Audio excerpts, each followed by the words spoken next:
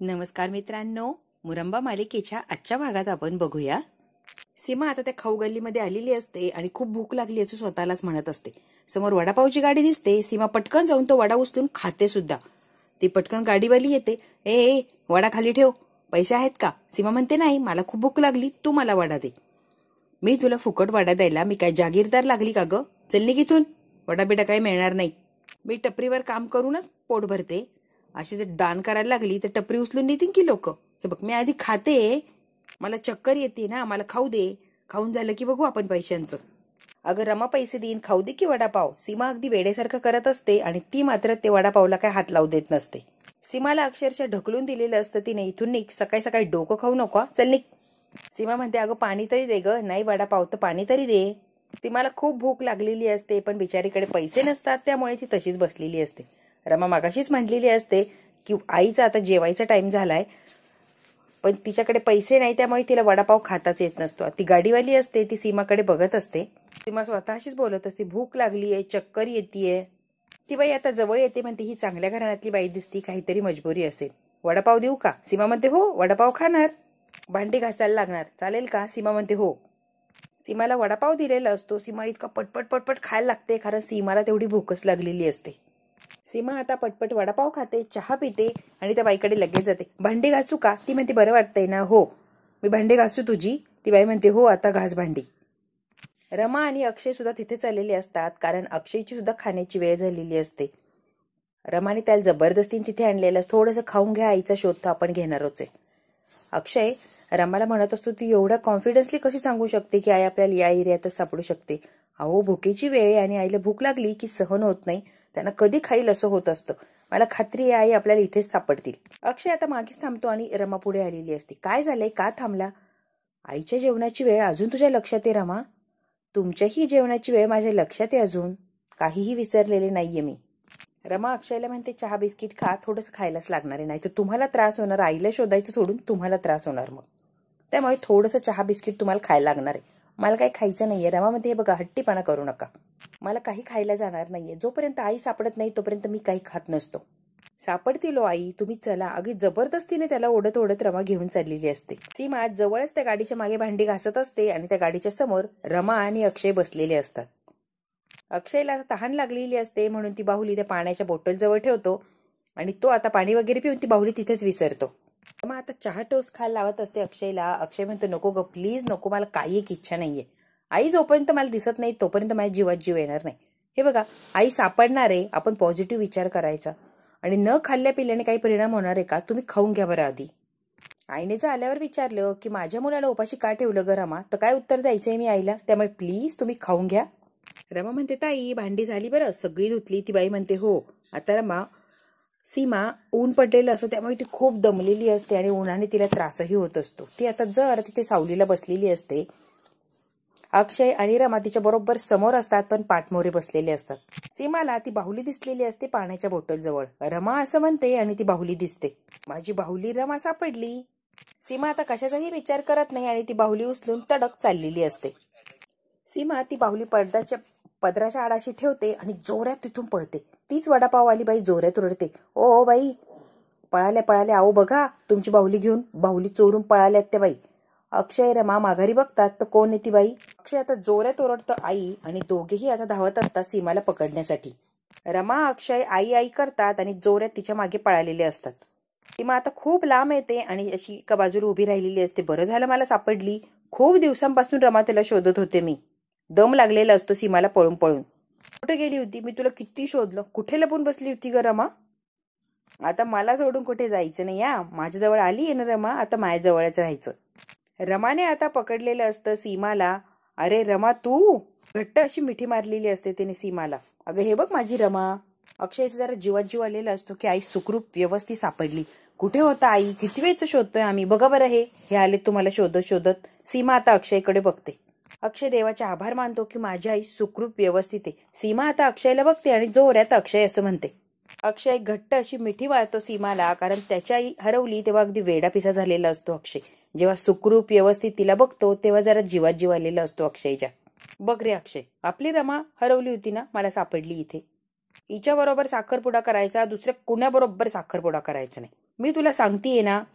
सीमा हसते आणि अक्षयच्या गळ्यात पडलेली असते. हिला त्रास द्यायचा नाही, हिच्याबरोबरच साखरपुडा करायचा. अक्षयला खूप बरं वाटतं की माझी आई सापडलीये.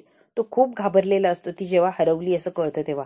अजिबात त्रास देणार नाही, तिच्याशी नीट वागेन. झालंय का तुझं? हो हो. तू का असं वागली? का आम्हाला सोडून गेलीस तू? तू घरातून का पळून आली? तुझी अवस्था कशी आहे? तब्येत बरी नाही, आम्हाला न सांगतो तू आलीस कशी बाहेर? किती घाबरलो होतो आम्ही माहिती, तुला सकाळपासून शोधतोय आम्ही. अक्षय म्हणतो परत असं घर सोडून बाहेर यायचं नाही हा. सीमा म्हणते अक्षय तू रडू नको, तू रडू नको. मी कुठेही जाणार नाही, तू रडू नको. तू रडला की मला पण रडायला येतं. तू रडू नको बरं. एकमेकाचे डोळे पुसत असतात. रमा आता या मायलेकांना बघत असते आणि आई म्हणून नक्कीच समजू शकते तुम्हाला काय वाटतंय. देवा या मायलेकांना कधीच वेगळं करू नको, असं सुखात ठेव.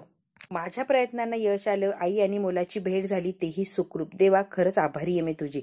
रमा आता मनातल्या मनात देवाचे आभार मानत असते, कारण तिने अक्षयची अवस्था बघितलेली असते, त्यामुळे तिला खूप वाईट वाटत होतं. रमा म्हणते माझं काम झालं, आता इथे माझं काही एक काम राहिलं नाही, आता मी जाणं हाच योग्य पर्याय. रमा आता चाललेली असते. अक्षयने सीमाला घट्ट अशी मिठी मारलेली असते. रमा जेव्हा अक्षयच्या जवळून जाते तेव्हा अक्षय रमाचा हात पकडतो. अक्षय आता आय एम सॉरी आणि थँक्यू असं रमाला म्हणतो आणि परत रडायला लागलेला असतो. अक्षय, रमा, सीमा आता चाललेली असतात आणि सीमाला आता झोपही लागलेली असते. अक्षय म्हणतो आई अशी का पळून गेली असेल अचानक? रमा म्हणते आई पळून गेल्या नव्हत्या, त्यांना हे करायला भाग पाडलं. तुमचा विश्वास बसो किंवा न बसो, मी जे सांगतेय तेच सत्य. इरावती आत्याने केलंय सगळं. इरावती आत्याने आईला अडगळीच्या खोलीत कोंडून ठेवलं आणि मी जेव्हा जेवण द्यायला चालले आईला तेव्हा इरावती आत्याने जबरदस्तीने माझ्या हातातून जेवणाचं ताट घेतलं. मी देते की सीमाला ताट असं म्हटल्या आणि ताट वगैरे काही दिलं नाही. आणि जेव्हा ताट दिलं अडगळीच्या खोलीत तेव्हा आई जेवल्याच नाही. आईंच्या औषधाची वेळ झालीये, मला जेवण देऊ द्या. तरीही इरावतीने जबरदस्तीने नको जाऊ असं सांगितलेलं असतं. तुझं आवरून घे, तयार हो, मलाही काळजी आहे की. आणि गेले 7 वर्ष मीच काळजी घेतेय सीमाची, त्यामुळे तू काळजी दाखवू नको. तुझं तू आवरून घे. मी आणि आजी जेव्हा अडगळीच्या खोलीत आईंना शोधायला गेलो तेव्हा जेवणाचं ताट तसंच होतं. आई जेवलेल्या नव्हत्या. अक्षय म्हणतो नाही रमा, आई आत्या का असं करेल? आईला का बांधून ठेवेन ती? रमा म्हणते तुम्हाला काहीच कळत नाही का? सगळ्या गोष्टी तुमच्या डोळ्याच्या समोर घडतायत तरीही तुम्ही विश्वास ठेवत नाही. असं का करता तुम्ही? मग आता झोपेतही बरळत असते. इरावती मला कोंडून ठेवू नको, मला बाहेर काढ. ए इरावती, मला कोंडून ठेवू नको, बाहेर काढ. आता हे शब्द अक्षयने ऐकलेले असतात. रमा सांगते तेव्हा विश्वास बसत नाही, पण सीमा म्हणलेली असते की इरावती मला कोंडून ठेवू नको. अक्षय रमाचा साखरपुडा होणार, मला भीती वाटतीये, मला कोंडून ठेवू नको ग इरावती, मला बाहेर काढ. आता रमा तिला उठवण्याचा प्रयत्न करत असते, पण ती झोपेत असते आणि बडबडत असते. इरा मला बांधून ठेवू नको. आता अक्षयच्या लक्षात आलेलं असतं की खरंच इरावती आत्यानेच आईला बांधून ठेवलं होतं. सीमा आता उठते आणि म्हणते अक्षय रमाबरोबर साखरपुडा करा, कारण इरावती मला नाही म्हटलीये. रमाचा आणि अक्षयचा साखरपुडा होणार नाही. अक्षय, अंधाऱ्या खोलीत भीती वाटते मला, तुम्ही कराल ना रे साखरपुडा? ए बोल की, ए रमा. अक्षय बोल ना, करणार ना तुम्ही साखरपुडा? रमा आता परत सीमाला झोपायला लावते. झोपा पर आई तुम्ही प्लीज. आता अक्षयला आठवतं की मी जेव्हा काहीतरी काम करत होतो माझ्या रूम मध्ये तेव्हा सीमाने जोरात अक्षय असा आवाज दिलेला असतो. नंतर तिचं तोंड दाबल्यामुळे तिचा आवाजच बंद झालेला असतो. रमा म्हणते कळलं का? आता तरी विश्वास बसला का? आईंनी सांगितल्यावर तरी निदान विश्वास ठेवा. तुम्ही मालविका बरोबर साखरपुडा करावा म्हणून सगळं काही केलंय आत्याने. तुम्हाला असं वाटत असेल की तुम्ही इरावती आत्याचं ऐकून मालविका सोबत लग्न करताय म्हणून काहीतरी दोघींविषयी वाईट सांगतेय, तर हा तुमचा गैरसमज आहे. रमा म्हणते चांगलीच गोष्ट आहे, तुम्ही लग्न करता, तुम्हाला काय करायचं ते करा, तुमचं आयुष्य आहे, तुम्ही काहीही करू शकता, मला आनंद आहे, त्याबद्दल काही म्हणणंच नाहीये. पण विश्वास ठेवा, मी जे सांगतेय ते सुद्धा खरंच आहे. मालविका कशी मुलगी आहे त्याची मला काही घेणं देणं नाही, पण सून म्हणून, काकू म्हणून, आई म्हणून कशी आहे हे महत्वाचं आहे. ते आधी पारखा आणि मगच तिच्याशी लग्न करण्याचा निर्णय घ्या.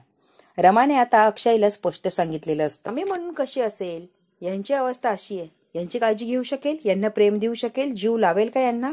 हे बघा अक्षय, सगळं व्यवस्थित व्हावं असं मलाही वाटतं. आजूबाजूला लक्ष द्या प्लीज. रमा म्हणते बारीकपणे गोष्टींचा विचार करा आणि मग काय ते करायचं करा, काही करू नका. माझी काही एक हरकत नाहीये, लग्न करा, काहीही करा, फक्त विचार करून करा. कधी येणार काय माहिती ही सीमा बहिणी, उपाशी मारायला लागतं की काय काय माहिती, कुठं गेलीये देवाला माहिती. आणि ती येईपर्यंत आता काय उपाशीच राहायचं की काय? ए राणी चल जेवण गरम कर आणि आम्हाला जेवायला वाढ. मुलांनो चला रे जेवायला चला. राणी म्हणते जोपर्यंत सीमा येत नाही तोपर्यंत मी काय वाढत नसते. हे शहाणपणा करू नको हा, आणि जास्त चुरू बोलू नकोस. सांगितलं ना जेवण गरम कर आणि आम्हाला वाढ, तेच कर. हे बघा आत्या, रमा मॅडम गेल्यात सीमा आईला शोधायला. त्या घेऊन येणार म्हणजे येणारच. फारच फोळका आहे ग तुला रमाचा. शहाणपणा करू नको. कुठे गेली, काय गेली, कधी येणार, सीमा परत येणार की नाही हाच मोठा प्रश्न आहे. आणि तिच्यासाठी जेवायला थांबायचे का? थांबलो नाही इतक्या वेळ पुष्कळ झाले. मलाही भूक लागली आणि पोरांनाही भूक लागली. आता मुकाट्याने जेवण गरम कर आणि आम्हाला जेवायला वाढ. जास्त शहाणपणा करू नको आणि माझ्या डोक्यात जाऊ नको. इरावती राणीला खूप बोललेली असते. राणी ही फार धीट असते. मला खात्री आहे रमा मॅडम गेलाय म्हणजे त्या सीमा आईला आणणार म्हणजे आणणार नक्कीच. रमा काही जादूगार आहे का? सीमा वहिनीला घेऊन येणार का? तुला स्वप्न पडलंय? काही बोलत जाऊ नको. जा पळ, आपली कामं कर. सीमा वहिनीला घेऊन येणार म्हणे. अक्षय म्हणतो हो, रमाने शोधलं माझ्या आईला आणि सुखरूप आणलंय सुद्धा तिला. अक्षय, रमा, सीमा आता इरावतीच्या समोर उभे असतात. इरावतीला धक्काच बसतो यांना बघून. कोणच आवाज देते वहिनी वहिनी, तशी सीमा घाबरलेली असते आणि अक्षयला पकडते. अक्षयच्या मागे जाऊन लपलेली असते सीमा. अक्षयच्या लक्षात येतं रमा सांगत होती ते खरंय. खरंच इरावती आज त्या आईला त्रास देते. आता सगळं काही स्पष्ट व्हायला लागलेलं असतं. आता आतमध्ये यायला लागतात. आजी लांबूनच ओरडते, सीमा थांब. किती काळजी वाटत होती. कुठे गेली होतीस ग तू? थँक गॉड तू परत आलीयस. काय काळजी वाटत होती. बापरे. आता असंच येऊ नको घरात, थांब तिथेच. भाकर तुकडा घेऊन ये जा. राणी आता पटकन गेलेली असते भाकर तुकडा आणायला. आजी म्हणते काळजीत होतो आम्ही. जीव घाबरा झाला होता. का ग सीमा अशी पळून जातेस?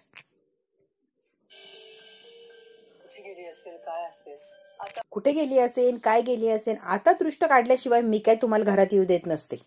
आजी खूप हळवी झालेली असते. आजी म्हणते देवाचेच आभार मानूया. देवा माझ्या चांगल्या कुटुंबाला कुणाची नजर नको लागू दे रे देवा, लक्ष दे. आता भाकर तुकडं ओवाळायला लागलेली असते आजी. तर रमा जरा माघारी गेलेली असते. आजी म्हणते रमा माघारी का गेलीस? मी म्हटलं माझ्या कुटुंबाला कुणाची नजर नको लागू देऊ. तू माझ्या कुटुंबाचा भाग आहेस. मागे जाऊन का उभी राहिली? पुढे ये. तुला सुद्धा अनेक लोकांची वाईट नजर लागते अलीकडे. ये बरं पुढे तू. रमा पुढे येऊन उभी राहा. तर भाकर तुकडा ओवाळून टाकलेलं असतं. इरावती म्हणते ये ये, काही खाल्लंयस की नाही? आजी म्हणते राणी सीमाईना आत घेऊन जा. वय घेऊन जाते की. तर राणी सीमाला आतमध्ये घेऊन चाललेली असते आणि आराम कर बरं सीमा. आता लगेच मालविका आलेली असते. अरे वा, सीमा मॅम आल्या. Very nice. आल्या, बरं झालं एकदाच्या सापडल्या सीमा मॅम. आपण एंगेजमेंट उरकून टाकूया त्यांच्यासोबत. बरोबर आहे ना अक्षयजी? अक्षय म्हणतो नाही. मालविका म्हणते का? मी एंगेजमेंट तोवर करणार नाही जोवर मला कळत नाही माझी आई घरातून अशी पळून का गेली. जोपर्यंत सत्य गोष्टी माझ्या समोर येत नाही तोपर्यंत मी एंगेजमेंट करत नसतो. इरावती म्हणते काय म्हणतोय अक्षय, काय चाललंय तुझं? हो. इरावती म्हणते अक्षय असं का? अक्षय म्हणतो तुलाच विचारतोय का. नेमकी काय असं झालं की ती घरातून पळून गेली, तेही घाबरून. इरावतीला आणि मालविकाला जबर धक्का बसलेला असतो. कारण अक्षय म्हणलेला असतो सत्य कळत नाही तोपर्यंत मी काय एंगेजमेंट करणार नाही. मालविकाला काही झालं तरी इतकी घाई झालेली असते हे अक्षय सोबत एंगेजमेंट करायला. अक्षयने डायरेक्ट नकार दिलेला असतो. इरावती आणि मालविका दोघींचंही डोकं बंद पडतं. आता ह्या अक्षयला काय उत्तर द्यायचं आणि कसं पटवून द्यायचं. नेमकी सीमा कशी काय बाहेर गेली होती. दोघीही आता एकमेकींकडे बघायला लागलेले असतात. आता मात्र अक्षय निर्णयावर पोहोचलेला असतो. सत्य कळत नाही तोपर्यंत मी काही इथून हटणार नाही. एंगेजमेंट वगैरे तर काही होणारच नाही. रमा आणि आजी सुद्धा एकमेकींकडे बघतात आणि हसायला लागलेले असतात. त्यांनाही जरा बरं वाटतं की अक्षय आता उत्तर विचारायला लागलाय प्रश्नांची. तू आईला अंधाऱ्या खोलीमध्ये बंद करून ठेवलं होतंस का? येताना आईने सगळं सांगितलंय मला आत्या. खरं सांग तू. आता मालविका सुद्धा घाबरलेली असते. इरावती म्हणते मी आणि अडगळीच्या खोलीत आणि वहिनीला. काय बोलतोय अक्षय? काय बोलतोस अक्षय? हे काय बोलणं झालं आत्या? आई खोटं का बोलेल आणि अडगळीच्या खोलीचं नाव का घेईल ती? बरोबर असेल, तिने तुला सांगितलं असेल, त्याबद्दल वादच नाही. पण तिला मी अडगळीच्या खोलीत नाही रे, माझ्या खोलीत बंद झोपवून ठेवलं होतं आराम करण्यासाठी. आता आजी इरावतीकडे बघते आणि हसत असते. कारण इरावतीची काय अवस्था झालीये आता आजीच्या लक्षात आलेलं असतं. अरे हो, आलंय लक्षात अक्षय. रमाने भरवलं असणार डोक्यात. आता रमा तुझ्या बरोबर होती म्हणलं काही बाई तुला सांगणार. सीमाच्या तुझ्या डोक्यात नको ते भरवलं असणार. इरावती आत्यानेच तिला बांधून ठेवलं वगैरे वगैरे. बरोबर आहे ना रे अक्षय? का गे रमा काय शिकवलं या अक्षयला? सीमा वहिनी साधी भोळी, तिला काही सांगितलं का तसं ऐकते आणि आई म्हणून तिने तुला सांगितलं आणि तू सुद्धा एक मुलगा म्हणून लगेच विश्वास ठेवला सीमा वहिनीवर. अक्षय वा, म्हणजे आत्यावर आता संशय घ्यायला लागलाय का तू? पुरावा काय तुमच्याकडे की मी बंद करून ठेवलं होतं अडगळीच्या खोलीत आईला? अक्षय म्हणतो पुरावा? रमा म्हणते, हो पुरावा लागतोय ना, तर मी सांगते की तुम्हाला पुरावाच पाहिजे ना तुम्हाला आत्या. आईसाठी जेवणाचं ताट घेऊन गेला होता, माझ्या हातातून जबरदस्तीने घेतलं होतं, आठवतंय का आत्या? ते ताट अजून अडगळीच्या खोलीतच असणार. मी स्वतः बघितलंय. आजी म्हणते, हो मी सुद्धा स्वतः ते ताट तिथेच बघितलंय. इरावती खोटं बोलू नकोस ग तू या वेळेला. तुम्ही जाऊन ते ताट उचलून ठेवलं नसेल तर तिथे असणार, तुम्ही जर पुरावा लपवला असेल तर नसणार, मग मी काही करू शकत नाही. मालविका आता इतकी घाबरलेली असते की बस, तिला माहिती माझी चोरी पकडली गेली, माझ्याशी अक्षय काय साखरपुडा वगैरे काही करणार नाही. मावशी आणि काका म्हणतात, डोंट वरी रमा, काहीही झालेलं नाहीये, या इरावतीला काही करूच दिलेलं नाहीये आम्ही. मावशी काका म्हणतात, ताट तिथेच असणार. इरावती अजूनही खंबीरपणे उभी असते. ठीक आहे, पुरावे समोर आणा, मग काय ते सत्य समोर येईल, बरोबर आहे की नाही? जाऊन बघा ताट आहे का तिथे आणि मग बोला आणि अक्षयला सांगा. मालविका म्हणते, कशाला वाद घालतोय आपण, विषय संपून टाका. सीमा मॅम परत आल्या ना, चांगली गोष्ट झालीये. कशाला वादविवाद घालून चर्चा वाढवतोय आपण? आणि सगळ्यात महत्वाचं एंगेजमेंट करायची ना मला आणि अक्षयजींना, मग वेळ व्हायला का घालवतोय हे वादविवाद करण्यात? असू दे, ताट कुठेही ठेवलेलं असू दे किंवा नसू दे, आपल्याला काय देणं घेणं आहे? तुम्ही असू द्या बरं सगळं, आणि एंगेजमेंट कधी करायची ते ठरवा. काय ते ताट वगैरे विचार करताय? मालविका आता मध्येच बोलत असते. तिला इरावतीने सांगितलेलं असतं की बोलू नको, तरीही मालविका इतकी घाईला पेटलेली असते. काही झालं तरी एंगेजमेंट तिला अगदी घाईघाईने करायचीच असते. अक्षय म्हणतो, नाही, असा हा विषय संपवता येणारच नाहीये आणि मी तो संपूच देणार नाहीये. तू जर हे खरंच केलं असेल ना तर मला विचार करायला लागेल ना आत्या. अक्षय सुद्धा आता पहिल्यांदाच ठणकावून बोललेला असतो इरावतीला. इतक्या दिवस इरावतीला चांगली असं समजत असतो, पण सीमा स्वतःच्या तोंडाने कबूल करते, त्यामुळे कुठेतरी आता अक्षयचा सुद्धा विश्वास बसायला लागलेला असतो. खरंच इरावती त्रास देतीये सगळ्यांनाच. इरावती आता इमोशनल ब्लॅकमेल करायला लागलेली असते, ड्रामा करायला लागलेली असते. ठीक आहे, कसं आहे ना अक्षय, एका गोष्टीचं वाईट वाटतंय की तू माझ्यावर संशय घेतोय, म्हणजे तुला माझ्यावर विश्वासच नाहीये. मी इतकी वाईट वागू शकते असं वाटतंय तुला अक्षय? मी इतकं सगळं करून सुद्धा माझ्यावर विश्वास कसा नाहीये रे अक्षय?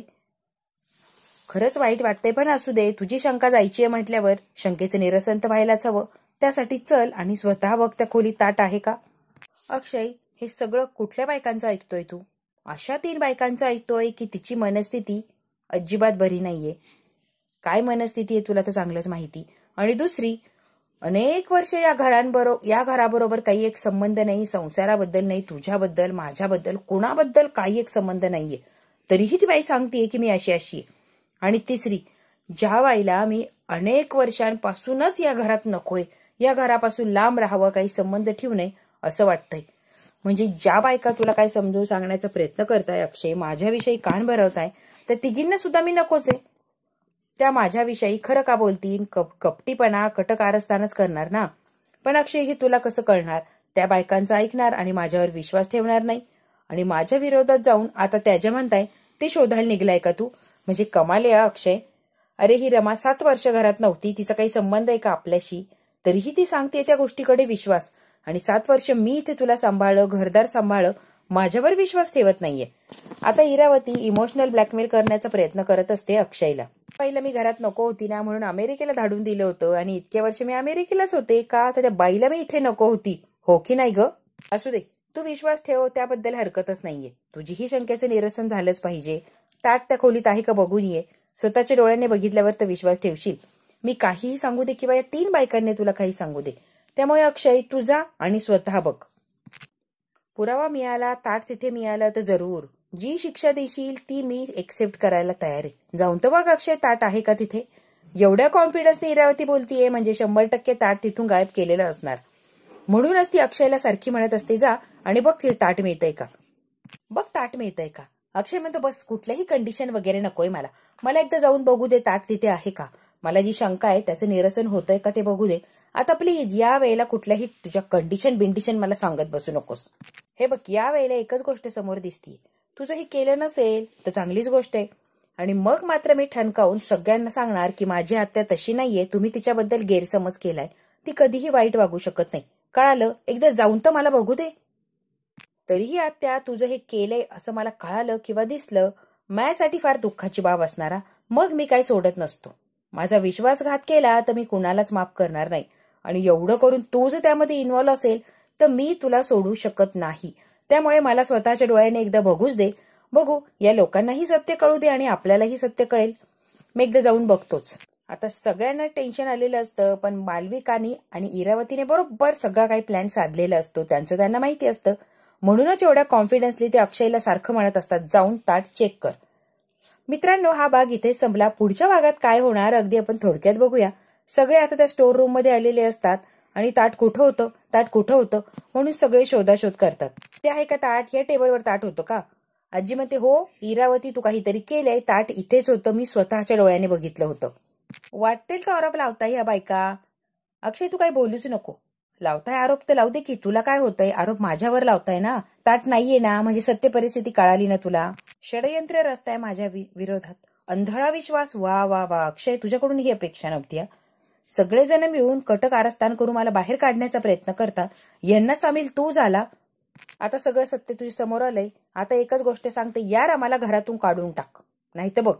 मालविका आता हसायला लागलेली असते. सगळं काही मालविकानेच केलेलं असतं. इरावती म्हणते, काही झालं तरी रमाला घराच्या बाहेर काढून टाकायचं. आता बघूया अक्षय खरंच रमाला घराच्या बाहेर काढेल का, की अजून काही सत्य इरावतीचं समोर येणार. मित्रांनो, हे जर बघायचं असेल तर बघायला लागणार उद्याचा भाग. हा भाग इथेच संपला. व्हिडिओ आवडल्यास लाईक, शेअर, सबस्क्राईब नक्की करा. धन्यवाद.